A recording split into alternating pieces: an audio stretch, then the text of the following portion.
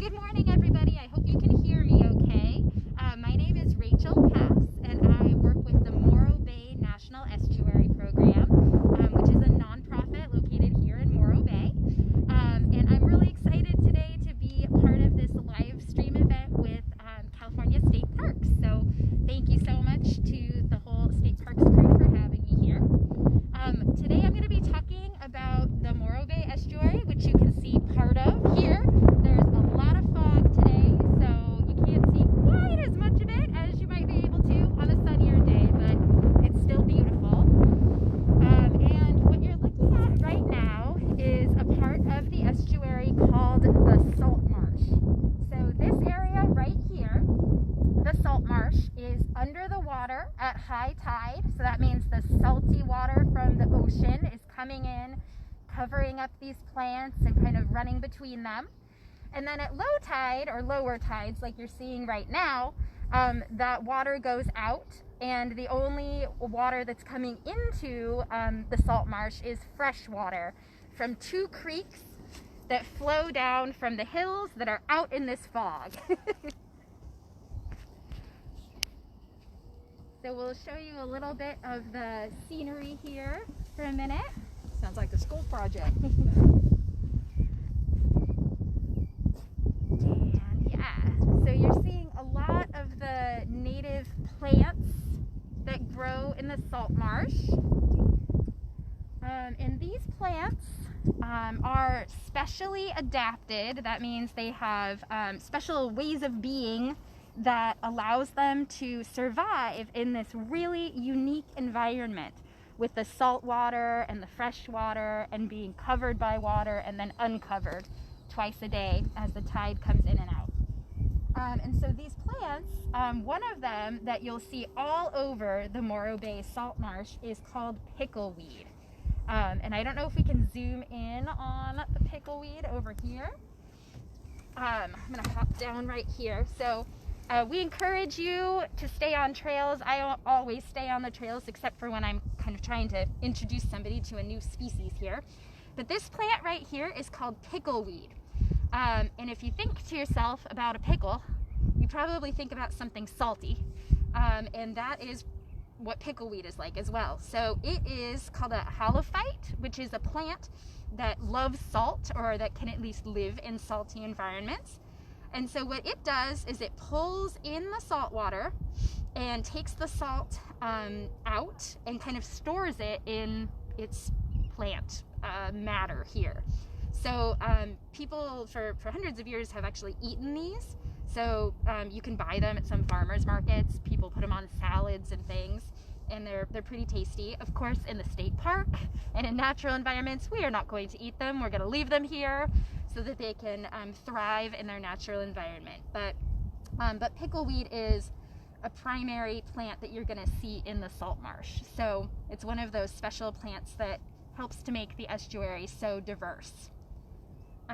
Right now it's very green. Certain times of the year it'll turn more red.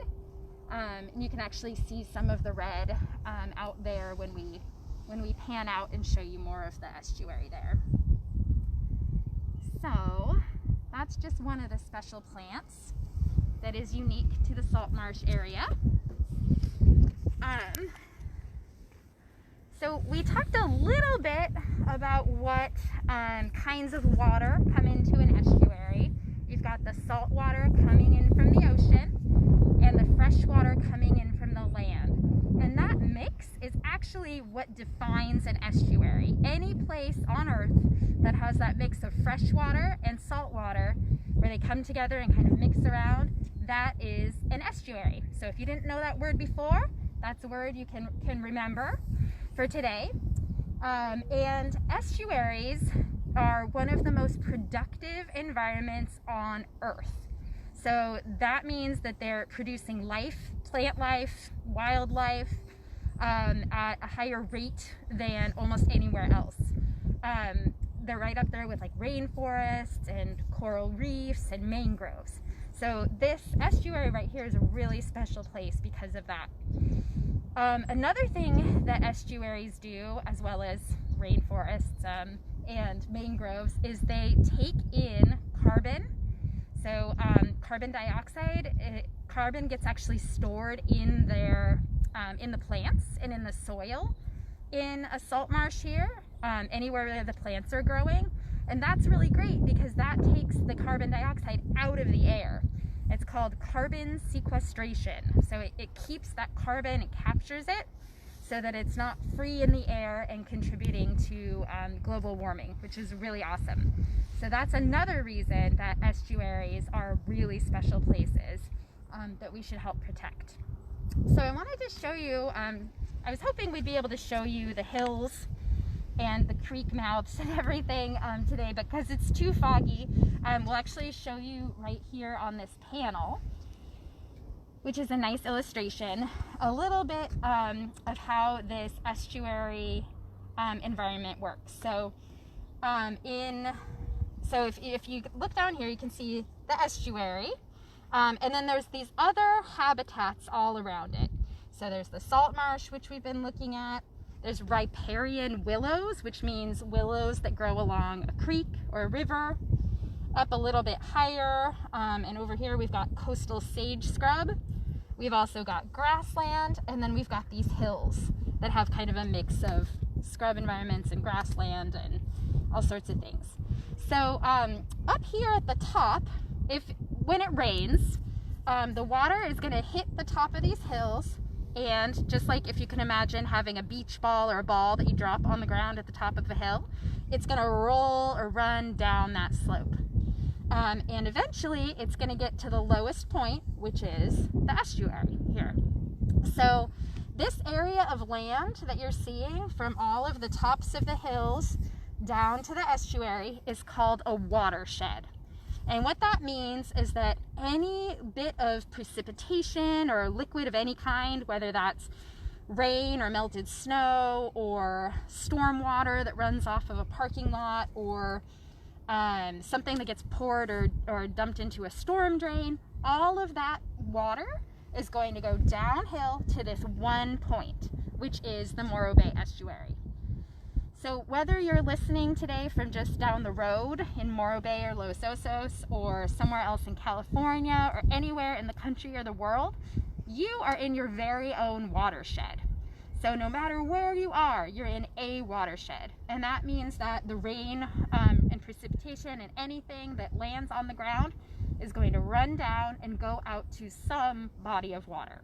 So here, that's the Morro Bay Estuary. Wherever you are, it's probably a different body of water. But you can look up on the internet and see what your watershed is and where your rainwater and everything else is going. And that's a really great thing to know, because then you can help protect that water, that body of water, by making sure that what you put down your drain in your house or what you let run down the streets and into the storm drains is clean and safe and really just water, so that it's not ending up out here in the estuary or the lake or the river or wherever it is that your watershed drains to. I don't know if you have any questions. Not yet? Okay. That's okay. So a watershed is a really good term to know. So we've talked about estuaries, which again is a place where salt water and fresh water mix together. And then we've talked about watersheds, which is an area of land where all of the precipitation runs down and goes to one body of water. We've also talked about halophytes, which are some of the salt-loving or salt-adapted plants that live out here in the salt marsh. And those halophytes are just some of the plants that are in this estuary environment that make it really special. So we just looked over here at this panel that describes some of the other habitats around the estuary. All of those are really important. The habitats depend on a lot of different things. So you can hear some birds.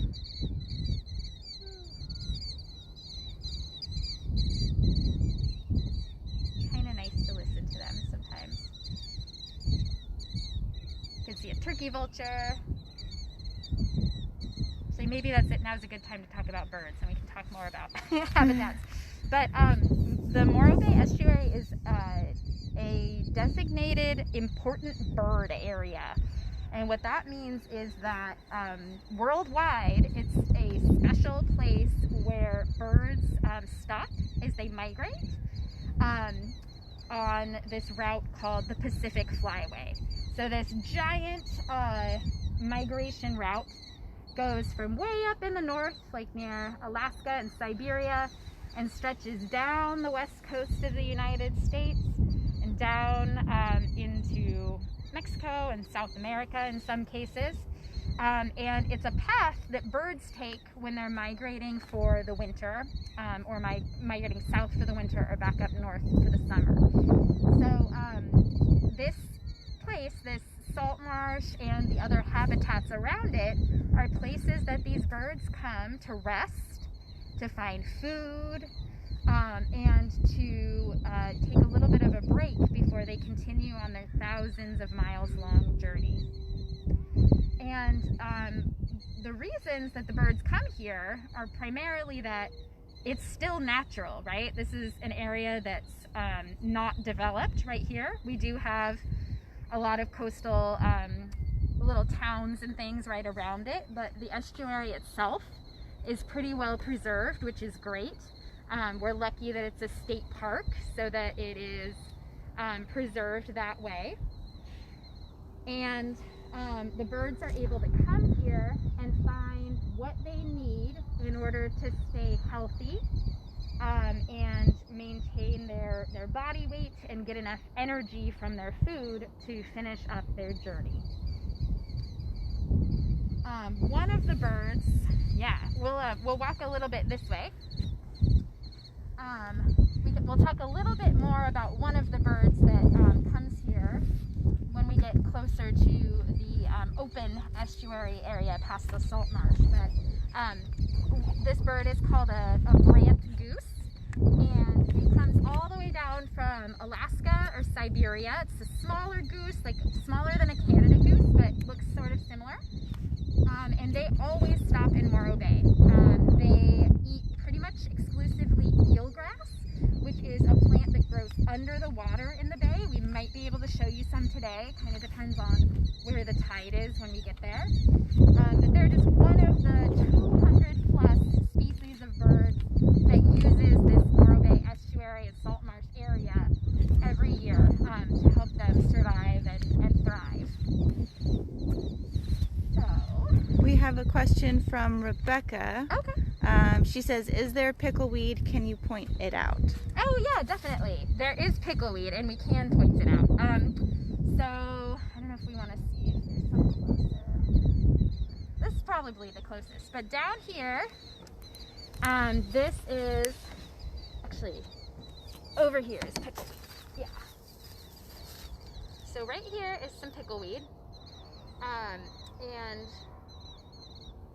you can see the little tips are kind of rounded. It's green and red.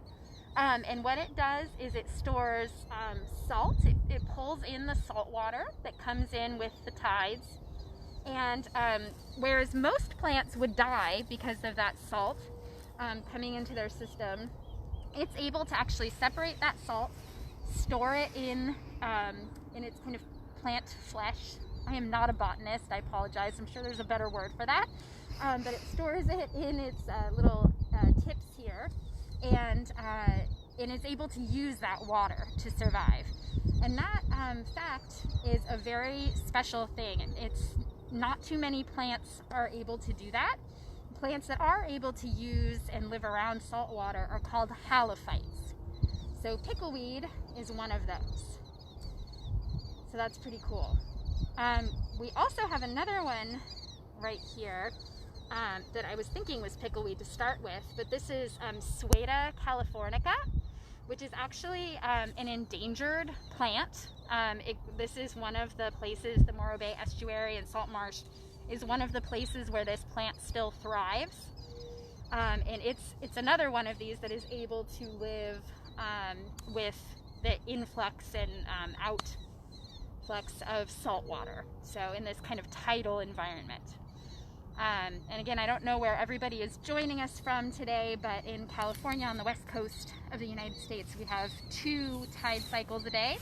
So that means that about every 12 hours, you're going to have a complete tide cycle. So that means the tide will have come all the way in and gone all the way out.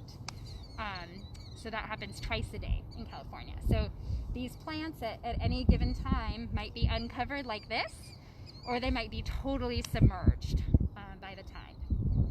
So that's pretty cool. Does that help with the pickleweed? Were you able to see it, Rebecca? Yeah? I hope so. So, if anybody has any other questions, please feel free to ask. I will answer them if I can. I'll do my best. Oh, you can see some of the other bird species out here. I see a great egret. It's hard. Robin here is running the camera, and that's kind of a tall order to ask her to zoom in on a bird out here, but I know she's trying. And what the great egrets do is they stand very, very, very still and wait. They wait for a little animal to walk by in the pickleweed, or they might stab their beaks in between the plants and pull up something that's living in the mud there. That's another really interesting thing about this area that's tidally influenced, and that means that changes as the tides come in and out. You can see this kind of open expanse that's just muddy, and you might think that it's barren, that nothing lives there. That's kind of what it looks like. But there are actually little animals out there, a lot of them. Some of them live on the surface. There's a little snail called a California horned snail that lives basically its whole life in this little area, moving a little bit on the tidal waters, but mostly staying put. And it also is adapted so that it can live under the water when the tide's in, and then it closes up its shell really tightly when the tide goes out so that it doesn't dry out. And there's a ton of those out there. So that's pretty cool. And then if you were to dig down or use, X-ray vision and look under the mud, you would see a ton of other species. So there's shellfish, like clams. There are a ton of really cool worm species. There's my favorite worm, because I have one. It's called the Innkeeper Worm, and it's a really cool animal that digs a U-shaped burrow, kind of like this. And it's able to, it basically sticks its stomach out of its mouth down this tube, and is able to suck in what it needs to eat that way. And it's called an innkeeper worm because there are other animals that live in its burrow with it. They don't really help it, they don't really harm the innkeeper worm, they just live there. And it's kind of a neat story. So I don't think we'll probably be able to see an innkeeper worm burrow up close, but you can look at them. If you look up innkeeper worms on the internet, you'll be able to find some really cool videos. So you can imagine them out there in most of the tidal mud flats. I don't know if we can show you this, but what I'm seeing out here too is one of the freshwater stream channels that comes in from the hills. So here in the Morro Bay Estuary, our freshwater, again, an estuary is a place where salt water from the ocean and fresh water from the land mixes. And here in the Morro Bay Estuary, we have two freshwater sources, and those are Chorro Creek and Los Osos Creek. And so both of those come in right here in the Salt Marsh, which is part of Morro Bay State Park. It's really beautiful when they come in, when the sun's shining. They look like, silvery snakes kind of going through the green and red pickleweed. They're really beautiful.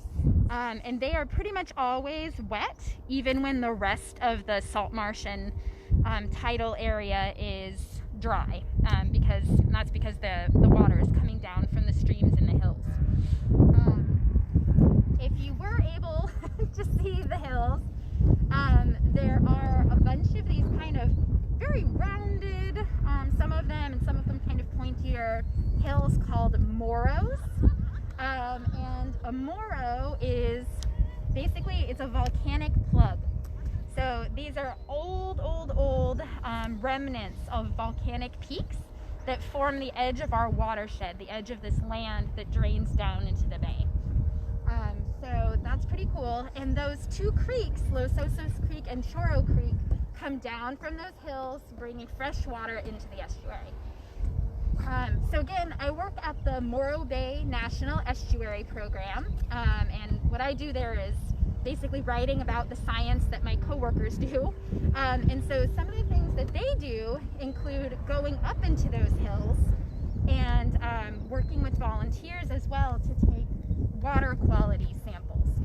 So what our mission is to protect and restore the Morro Bay Estuary. That means the open bay, this salt marsh area, and really everything in the watershed for both people and wildlife.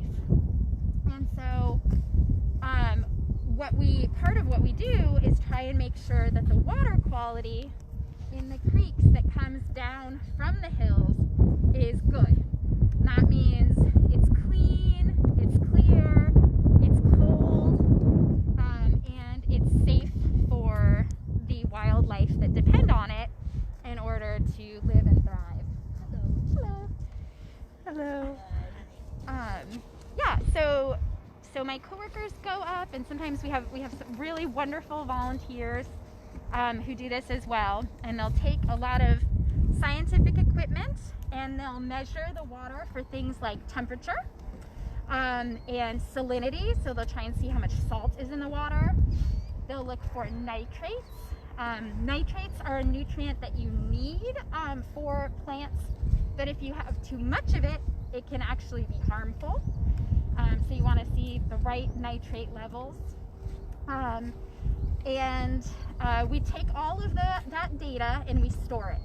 And so the Morro Bay National Estuary Program has been around for more than 20 years. Gosh, we're actually coming right up on 25, which is great. And so we have a more than 25-year set of data that shows those water quality measurements at all sorts of different points in these creeks up in the hills and also in the bay itself. And that is really important because that data shows how the health of the creeks changes over time. It shows what happens during droughts. It shows what happens when we have really rainy years. And that's really important for scientists and also agencies that help determine what happens here in the bay to have in order to make really good informed decisions and understand fully what's going on with the bay. One thing that I think is really interesting is back in, I think it was the late 1990s, we had a really big fire up on one of these hills that is above the estuary. And then we had a really big rain year. So what happened was the fire came through and took out a lot of the vegetation, the trees and the shrubs that were holding the soil in place on the hill. And then we had this very, very big rain event, a lot of storms, and that washed a whole bunch of the dirt from the hill down into the bay. And that actually, we have some kind of anecdotal reports, some stories that have that say that actually changed the flow of the creeks into this salt marsh, which is pretty amazing. And so we have data from those years that looks at the water quality after all of that dirt and sediment came down. And we also have water quality from a few years later, you know, when we started having more droughts. So it's really interesting to look at how the water quality changes again over time and after big events like fires, storms, and droughts. So those are some kind of interesting things. We have a question from Rebecca. She says, what birds are calling right now? Ooh, Rebecca, that is a good question, but I have to tell you, I do not know. I wish I did. Do you know, Robin? I don't. I will definitely put it in the comments later, though. So good question, Rebecca. Yeah. I want to say we've got some terns out here, T-E-R-N, but I'm not 100% sure on that because I know they're one of our migratory species and I'm not sure if they're still here at this time of year. I'm still learning my birds, so I wish I could give you a better answer, Becca. But we do have, yeah, I'm pretty sure that is a tern. But we can look it up and hopefully try and get you a better answer. I am seeing some willets and some, definitely some seagulls out here actually today, or some gulls. I'm not sure exactly of the species. A lot of, you can see a lot of big white spots out here, which are pretty much definitely great white egrets, great egrets. We also have snowy egrets here. Snowy egrets look a lot like great egrets, except they're small. Sometimes people think they're like baby great egrets, but they're actually different species. And the snowy egrets also have like a really cool white feathery plume that kind of, you can help tell them apart that way. So yeah, I should have brought my binoculars so you could see these guys better. But it's really hard to see even if you're here in person, but there are, you know, hundreds of birds even right now out there feeding in the Salt Marsh area. So they're pecking at the ground and eating stuff out of the mud.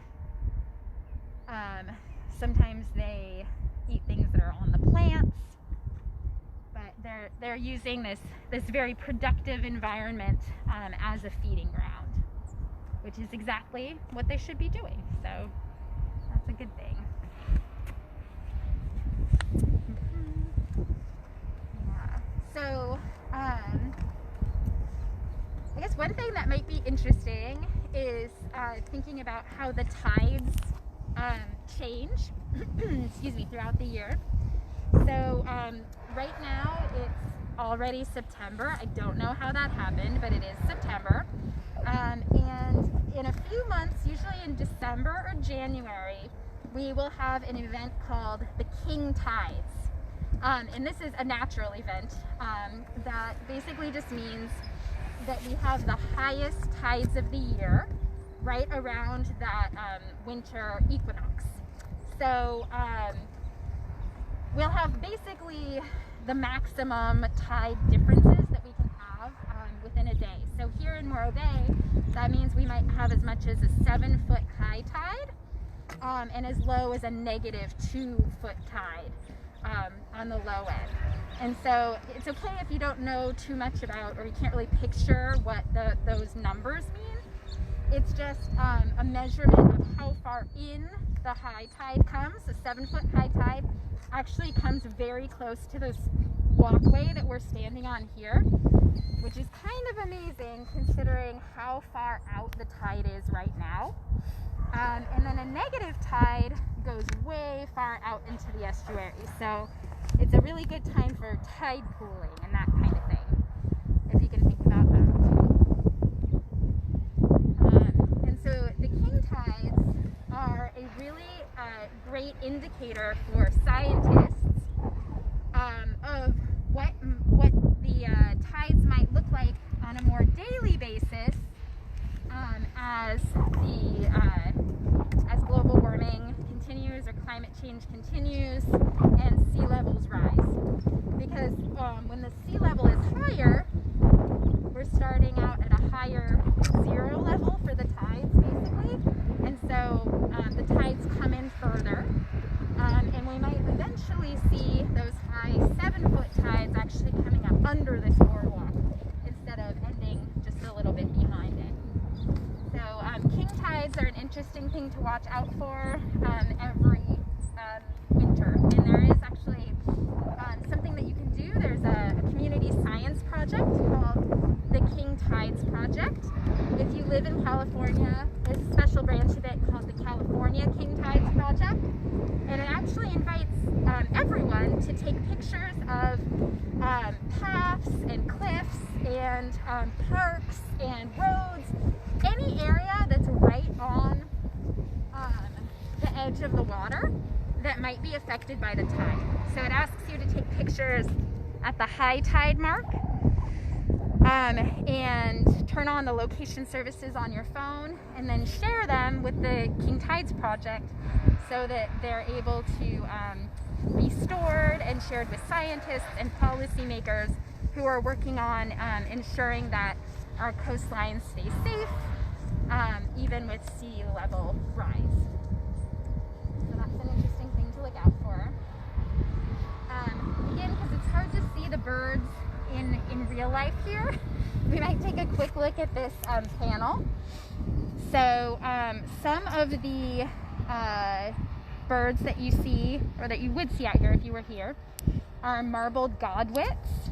And they have this kind of long beak that curves up a little bit, just tips up a tiny bit at the end. There's also a bird called a long-billed curlew, which actually looks quite a bit like a marbled godwit to the untrained eye.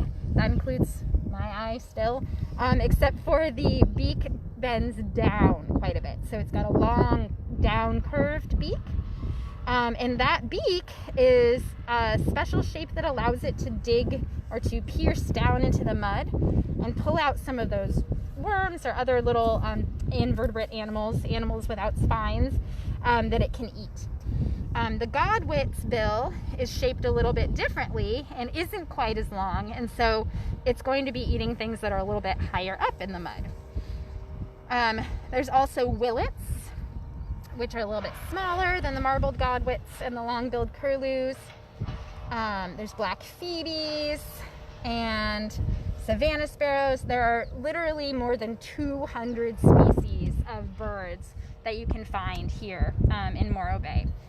And so the different types of species you see depend on exactly where you're standing. So right here we're going to see the species that like the salt marsh that have these longer beaks that are made for kind of dipping into the mud.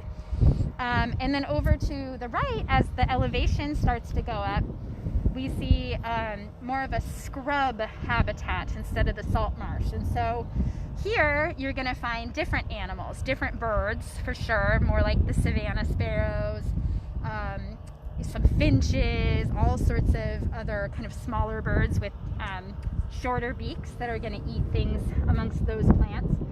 We also have a lot of brush rabbits.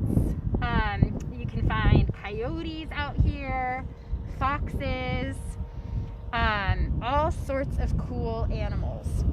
I see a turkey vulture up here in the tree who is probably hoping that it might get a mouse or a bird that has not had a very good day, be able to eat it. They eat animals that have already died. Turkey vultures do.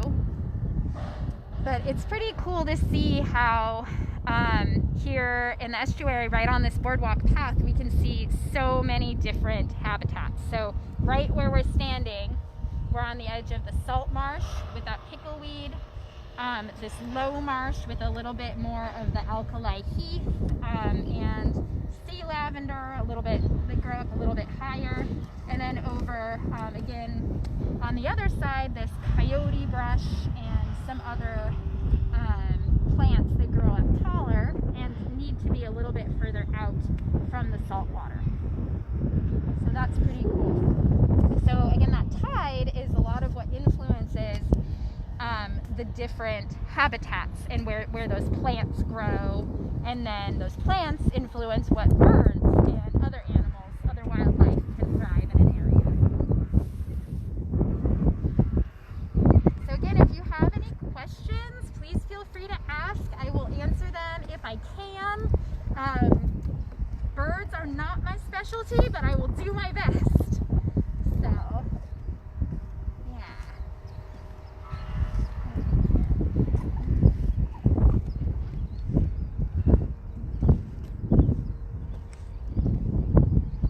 So, in addition to all of the wildlife that comes down to the estuary to feed and rest and just live, people love to come here too. And we love to come here for a variety of different reasons. We might just want to sit here and enjoy nature or watch birds. We might want to do some photography. And as we get closer to the bay, you might even see some people out kayaking or paddleboarding and enjoying life on the water.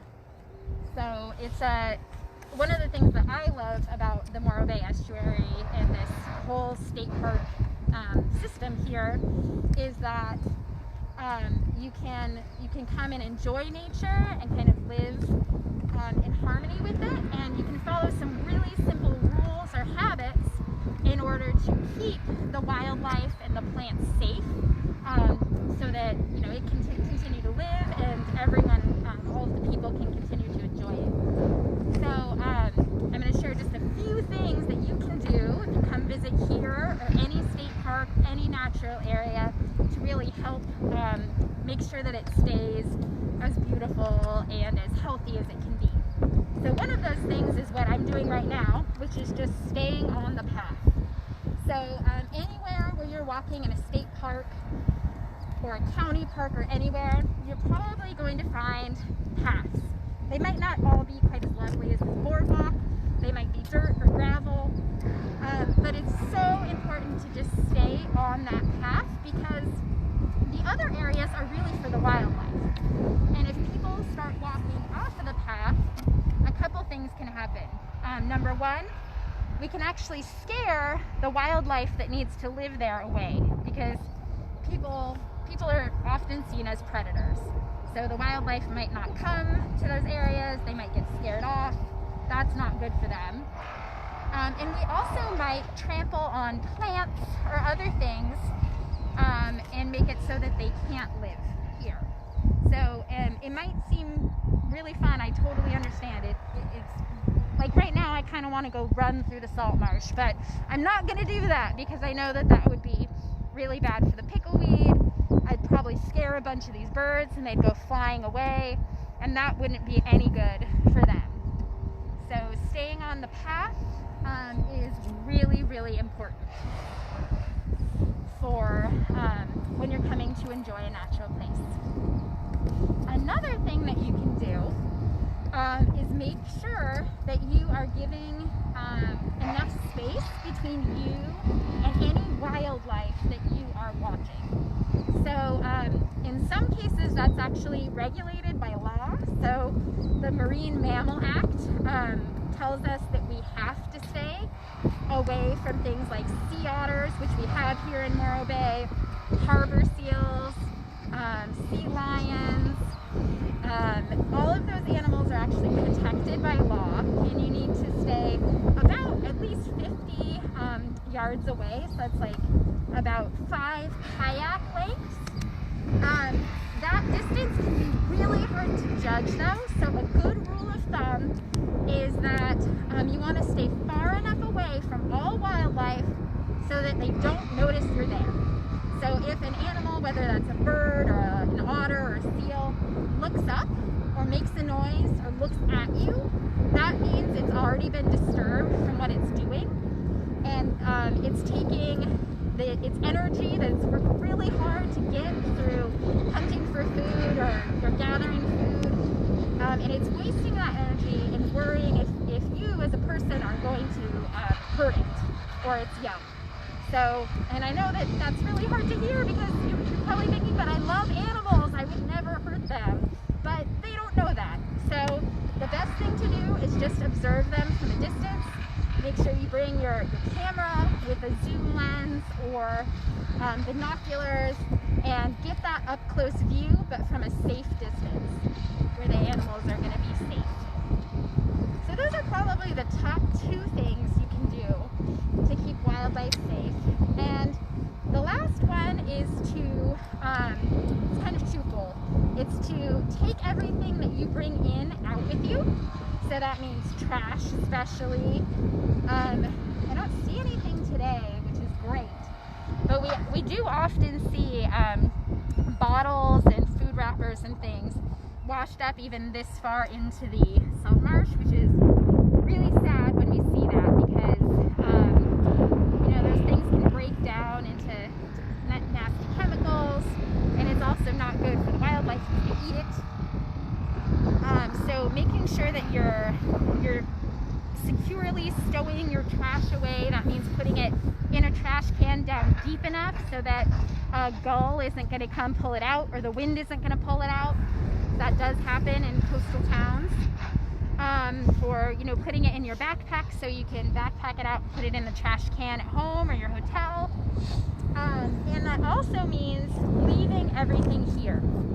So it might be really tempting to pick up like a piece of driftwood or a shell, or even something like a sea star or something from a tide pool. But it's against the rules to do that. And it also, every time you take something from a natural environment, it's not here for the wildlife that needs it.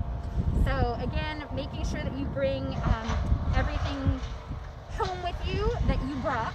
So that's trash, you know, your clothing. We also find quite a few shoes and flip-flops and sweatshirts and things. It's easy to forget stuff, but making sure you're bringing all that stuff home with you, and then leaving everything that you find here.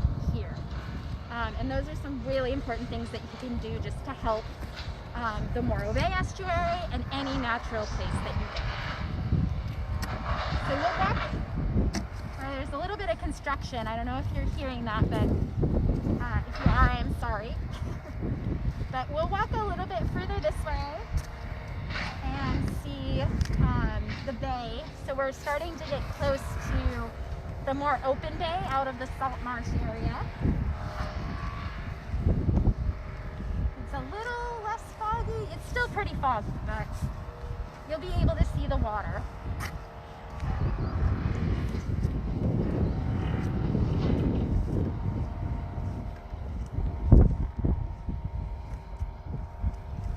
Very pretty morning out here.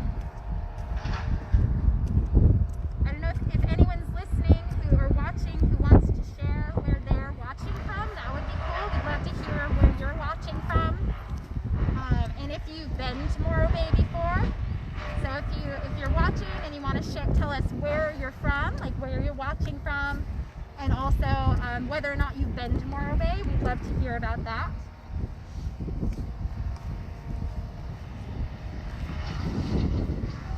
Oh wow, so you can see, I don't know if you can see, but I'll describe it. So right here you can actually look out and see the bay itself.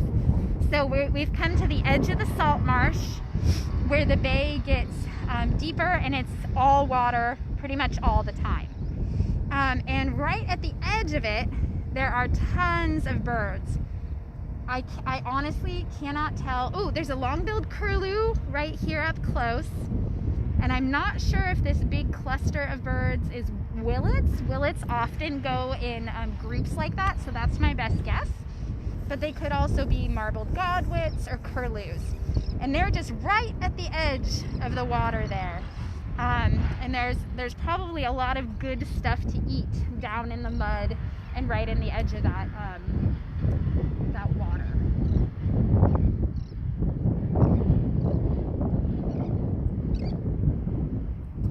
Rebecca is saying hi from West Covina. She visited a couple weeks ago. It was so beautiful.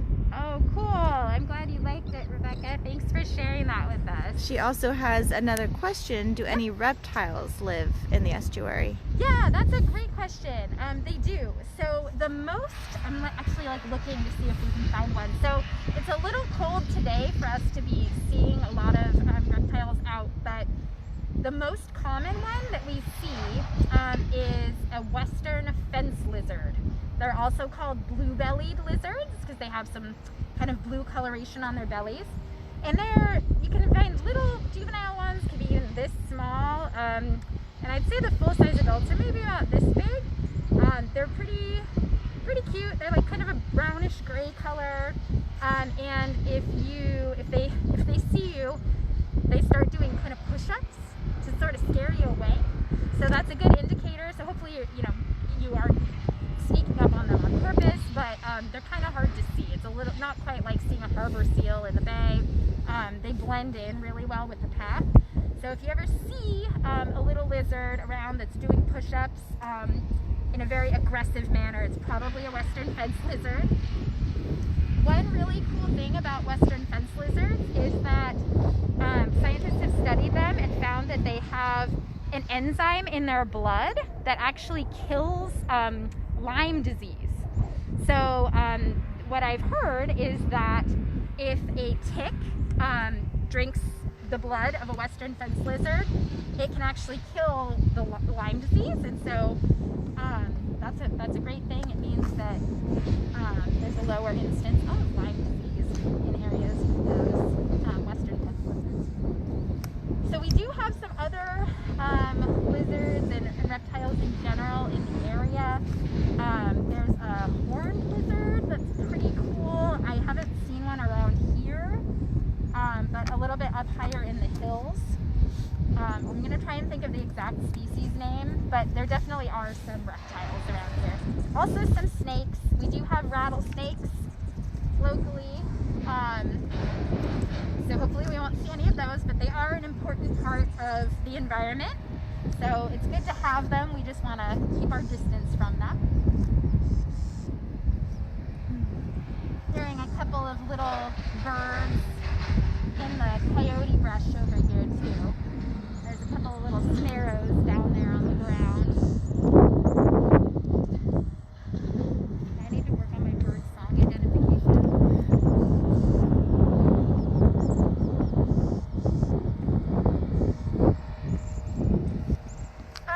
So if we look out here at the bay, I don't know if you all can see this, but right beyond the edge, that line there where you see the fog, there is something called a sand spit.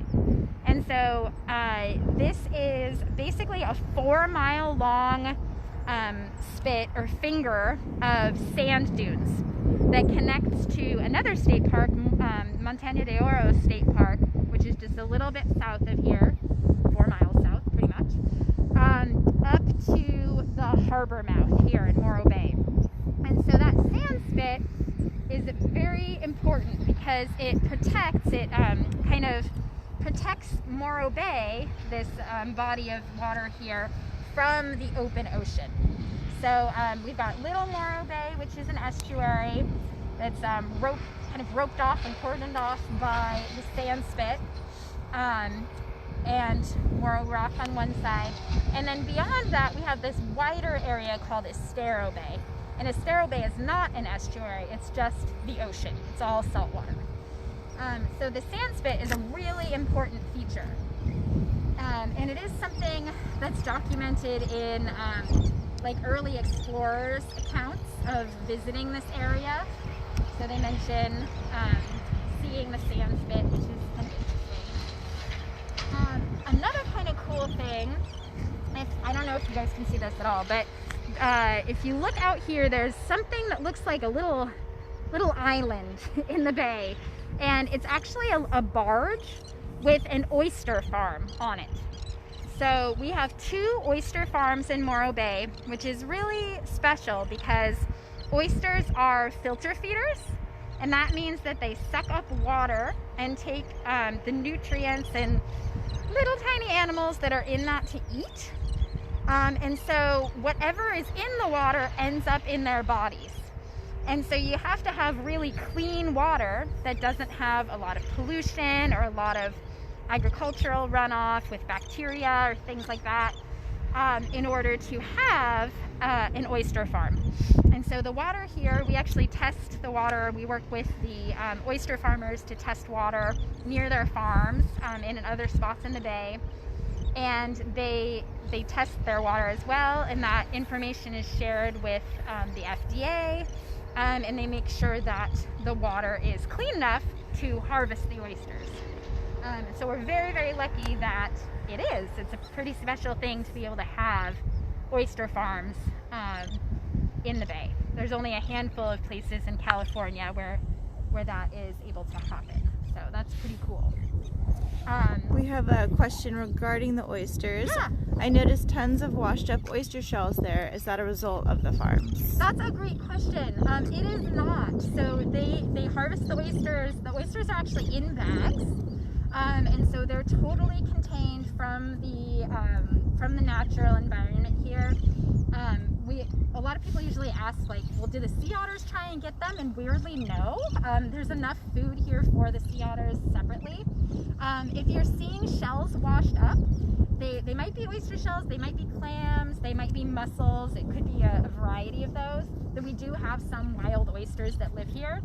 And if you're seeing those washed up, it's probably because they were just growing in the bay and somebody ate them, like an animal, not a person. Don't come eat the wild oysters. Don't want to do that. But stick with the ones that are farmed and tested.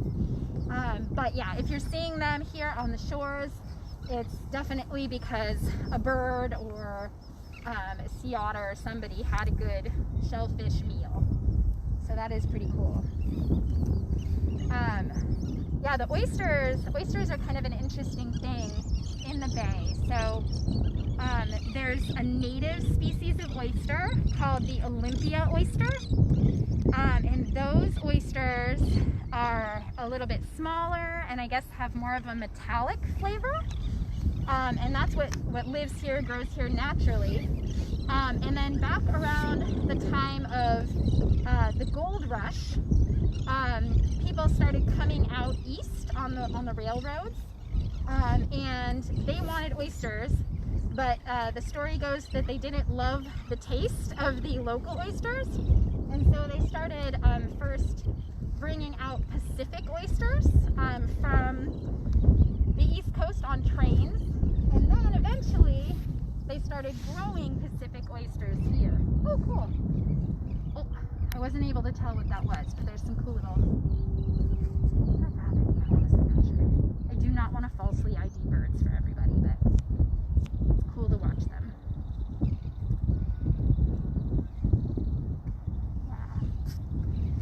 Yeah. So then Morro Bay actually became a huge source of farmed Pacific oysters. And at one point, more than 2/3 of the entire bay was used for oyster farming. So today it's like way less than, I think even 1%. It's a very, very small percentage that's used for oyster farming today. But previously there's a ton of oyster farming and also abalone farming. It was done in a very different way. They would just come by and throw out oyster seeds or spat. There's like little larvae. Then they'd come back 2 years later and pick them up. So it was very much more widespread, whereas now it's really confined to the 2 farms. So it's very interesting to see how all that has changed over the years. So we're coming out here to another area. Is that a kingfisher? That might be a kingfisher. I am not sure. Yeah. I don't know. There's one that's over by the museum, I know. Oh, cool. Yeah. I love those.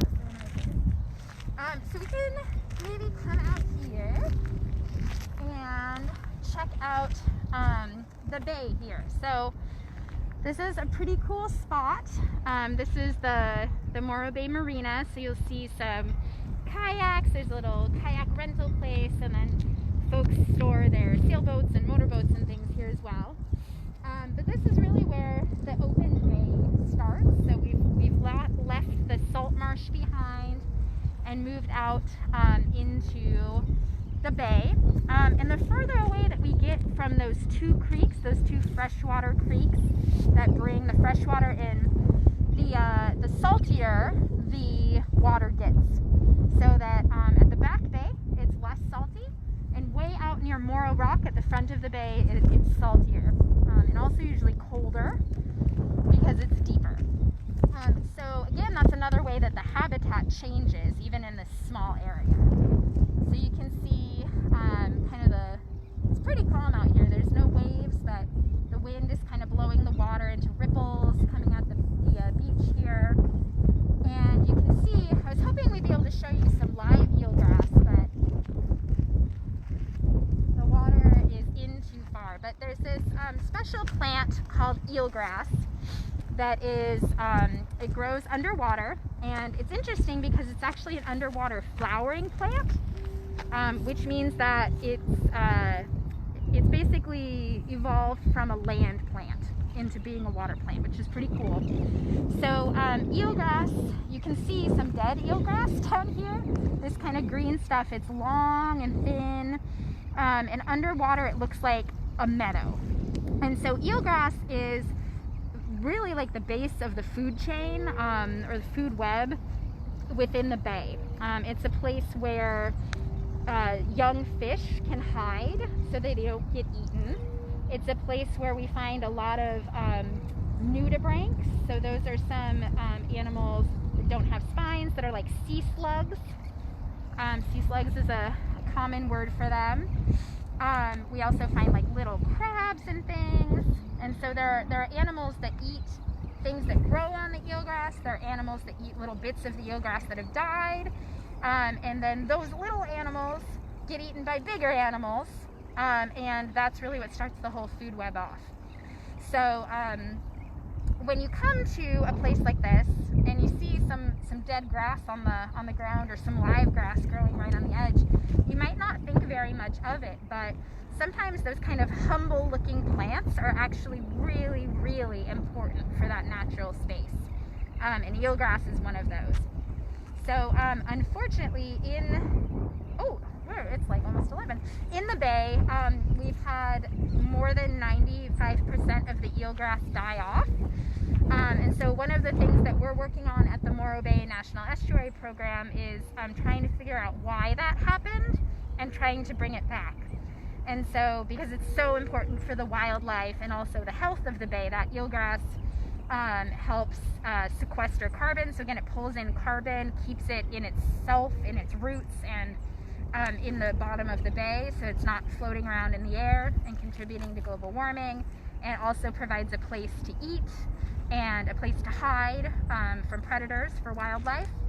And so some really good news is that after a lot of years of partnering with California Polytechnic College or University here in San Luis Obispo, and some other universities and colleges like Cuesta College, we have started to see some progress. So we're starting to see some of our eelgrass transplant areas being really healthy and growing back, and then also some wild patches of eelgrass growing on their own. So we're very, very excited to see that because that eelgrass is one of the things that helps make Morro Bay so biodiverse, a place where so many different species can thrive.